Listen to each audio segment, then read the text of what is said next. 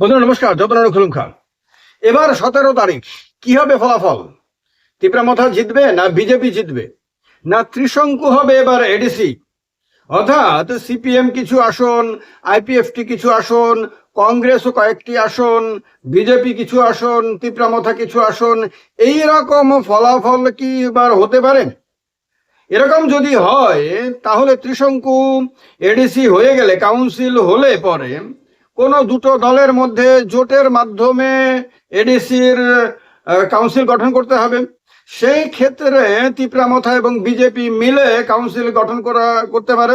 Tipra Motha, BJP, IPFT যদি এদের কাছে আসন থাকে তাহলে তারা মিলে করবে। আর যদি দেখা যায় যে না হয় বিজেপি একক সংখ্যাগরিষ্ঠ হয়ে গেল অথবা তিপ্রামথা একক সংখ্যাগরিষ্ঠ হয়ে গেল, তাহলে তো আর কোনো জোট টোটের ব্যাপার নাই। তখন একটি দল নিজের ইচ্ছে মতোই কাউন্সিল গঠন করতে পারবে, নিজের ইচ্ছে মতোই এমডিসিদের মধ্য থেকে আপনার ইএম বানাতে পারবে।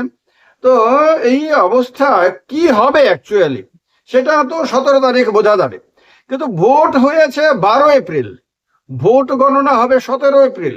এই যে মাঝখানের সময় 12-র পরে 13, 14, 15, 16, 17, এই যে 5 দিনের যে গ্যাপ, এই গ্যাপটা কি খুব বেশি প্রয়োজন ছিল? এডিসিতে মোট ভোটার কত? 10 লাখেরও কম। 10 লাখের কম কি বলা উচিত, 9,62,000-এর মতন বোধ হয়। তাহলে এই কম সংখ্যক ভোটার, তার মধ্যেও তো সবাই ভোট দেয় না, ভোট দেয়নি সবাই।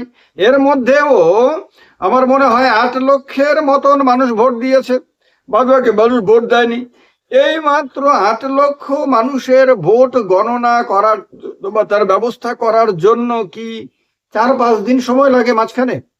এই 4-5 দিন সময় যদি এরকম হতো যে ব্যালট পেপারে ইলেকশন হচ্ছে, তারপর যাতায়াত ব্যবস্থা খুব বাজে, অনেক দূরে দূরে থেকে পায়ে হেঁটে হেঁটে আপনার কি বলে ব্যালট বক্স গুলোকে নিয়ে আসতে হয়, গাড়ি ঘোড়ার ব্যবস্থা সেরকম নাই, প্রত্যন্ত অঞ্চল, চতুর্দিকে যোগাযোগের ব্যবস্থা খুব বাজে, তার কারণে সময়টা বাড়িয়ে দেওয়া হয়েছে, তাহলে একটা যুক্তি থাকে। কিন্তু আজকের জগতে, আজকের ত্রিপুরাতে, যেখানে এক জায়গা থেকে আরেক জায়গায় যেতে বেশি সময় লাগে না, আগে যেরকম রাস্তাঘাট দুর্গম ছিল, গত 20 বছরের মধ্যে অনেক জায়গাতে রাস্তাঘাটগুলোকে ছোট মানে দূরত্ব কমিয়ে দেওয়া হয়েছে, শর্টকাট করে দেওয়া হয়েছে, বাইপাস করে দেওয়া হয়েছে, নানান রকম ভাবে গত 20 বছর অন্তত পক্ষে রাস্তাঘাটের এত উন্নতি হয়েছে, যোগাযোগ ব্যবস্থার এতটা উন্নতি হয়েছে যে এখন আর কোনো জায়গা থেকেই আপনার ভোট করিয়ে পুরো মেশিন টেশিন নিয়ে আসতে 24 ঘন্টা সময় তো লাগার প্রশ্নই ওঠে না, মাত্র কয়েক ঘন্টার মধ্যেই নিয়ে আসা যায়। তাছাড়া রাজ্যের অনেকগুলো জায়গাতে আপনার কাউন্টিং সেন্টার করা হয়েছে। আমি একবার বলে দিই আপনাদেরকে, সবাই তো নিজের এলাকাটা জানেন কিন্তু সব জায়গাটা জানেন না। তো যে তথ্য পাওয়া গেছে তাতে 8টি জেলার মধ্যে 16টি গণনা কেন্দ্র, 16টি জায়গাতে এডিসির আপনার ভোট গণনা হবে। এগুলোর মধ্যে হলো পশ্চিম ত্রিপুরাতে আছে উমাকান্ত একাডেমি আগরতলার, আর old drive in cinema hall খুমলুঙ্গের, তারপর খোয়াই জেলাতে দুটো রয়েছে, একটা খোয়াই টাউন হল, একটা তেলিয়ামুড়া দ্বাদশ শ্রেণী বিদ্যালয়, সিপাহীজলা জেলাতে Bishramganj multipurpose community hall, Sonamura মহকুমা শাসক কার্যালয়, গোমতী জেলাতে ও দুটো রয়েছে, একটি উদয়পুর ইংরেজি মাধ্যম উচ্চ বিদ্যালয়, অমরপুর NJM স্কুল, দক্ষিণ ত্রিপুরা জেলাতে রয়েছে বিলোনিয়ার BKI বিখ্যাত স্কুল, আর আপনার সাবরুম দ্বাদশ শ্রেণী বিদ্যালয়, ধলাই জেলাতে আমবাসা টাউন হল, গন্ডাছড়াতে সরকারি উচ্চ বিদ্যালয়, লংতরাই ভ্যালি উচ্চ বিদ্যালয়, ঊনকোটি জেলাতে কৈলাসহর মহকুমা শাসক কার্যালয় বা town hall, Kumarghat block office এলাকা, উত্তর ত্রিপুরা জেলাতে ধর্মনগর সরকারি উচ্চ বিদ্যালয়, কাঞ্চনপুর দ্বাদশ শ্রেণী বিদ্যালয়। এই যে কেন্দ্রগুলো, এগুলোতে 17 তারিখ সকাল থেকে বিকেল তো প্রশ্নই আসে না, আমার মনে হয় কয়েক ঘন্টা লাগবে।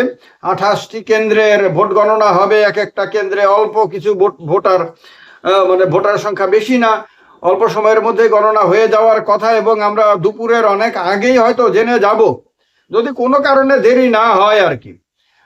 তাহলে আমরা জেনে যাব যে এডিসিতে মেজরিটি কারা পাচ্ছে, কে কয়টি আসন পাচ্ছে, কোন কোন কেন্দ্রে কোন কোন দলের কোন কোন প্রার্থী বিজয়ী হয়েছে, সমস্ত কিছু পরিষ্কার হয়ে যাবে।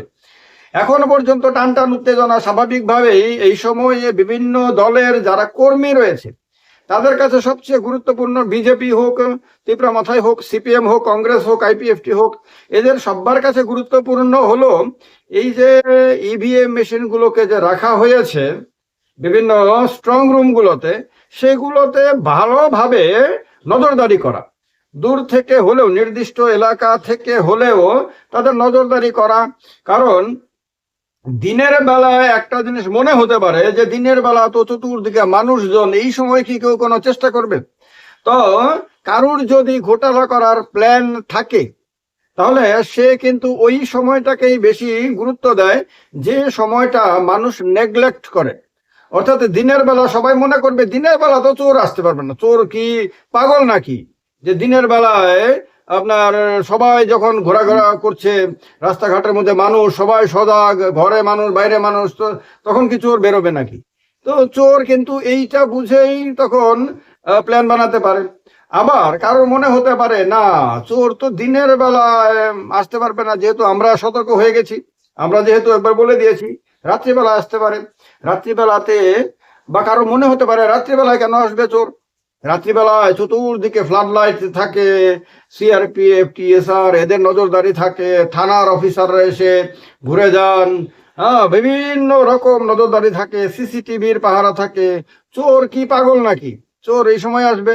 ফলে যে সময়টায় আপনি মনে করবেন যে এই সময় চোর আসবে না, সেই সময়ে হয়তো চোর কিন্তু আপনার চুরির জন্য হানা দিতে পারে। আর এইটা এখানে কি চুরি? এখানে কিন্তু ইভিএম মেশিন কেউ চুরি করার স্বপ্ন দেখে না, করে ভোট চুরির স্বপ্ন দেখে। তো ইলেকশনের সময় ভোট চুরির অভিযোগ ওঠে।